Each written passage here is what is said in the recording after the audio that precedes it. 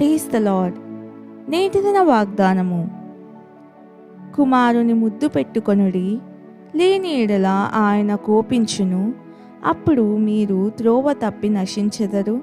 ఆయనను ఆశ్రయించు వారందరూ ధన్యులు. కీర్తనలు 2:12.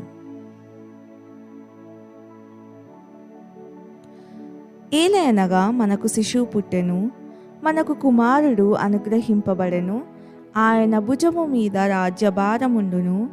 ఆశ్చర్యకరుడు, ఆలోచనకర్త, బలవంతుడైన దేవుడు, నిత్యుడగు తండ్రి, సమాధానకర్తయగు అధిపతి అని అతనికి పేరు పెట్టబడును.